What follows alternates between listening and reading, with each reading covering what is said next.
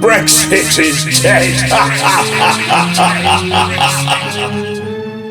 Before the usual speech, here's Jacob Rees-Mogg. We can prosper on that basis. We would set our own tariffs. We could have cheaper food, clothing and footwear straight away by getting rid of the protectionist anti-trade tariffs that the EU imposes. And it would be very good for the British people, and it would provide certainty. And I think once there's certainty, the country will begin to reunite. Before we carry on, what have we learned so far?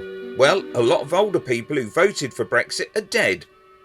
Others are regretting putting the X in the box to leave.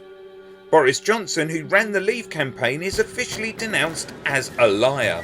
Well, who believes Boris Johnson was telling the truth yesterday? Wow. Farmers are feeling the effect. Why is the price of food going up so rapidly?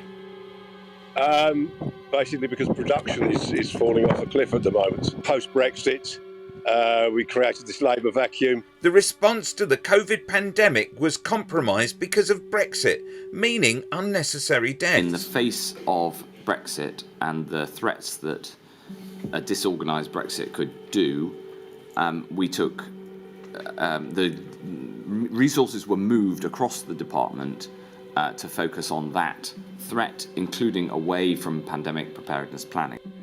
And there's few or no checks at the port of Dover, so lorries are bringing in rotting, possibly contaminated food. The answer is to get back in the single market and free us up, because there are no advantages to Brexit whatsoever, particularly for food production and food security and public health. Remember what Jacob Rees-Mogg was saying earlier? On that basis, we would set our own tariffs. We could have cheaper food, clothing and footwear straight away by getting rid of the protectionist anti-trade tariffs that the EU imposes. Well, now there's this. Brexit is adding to the overall cost of our food. Brexit is in the news again because there's been some new research from the London School of Economics saying that a third of food price inflation is being driven by Brexit. Now, they account that to $7 billion of extra border costs and increased regulations.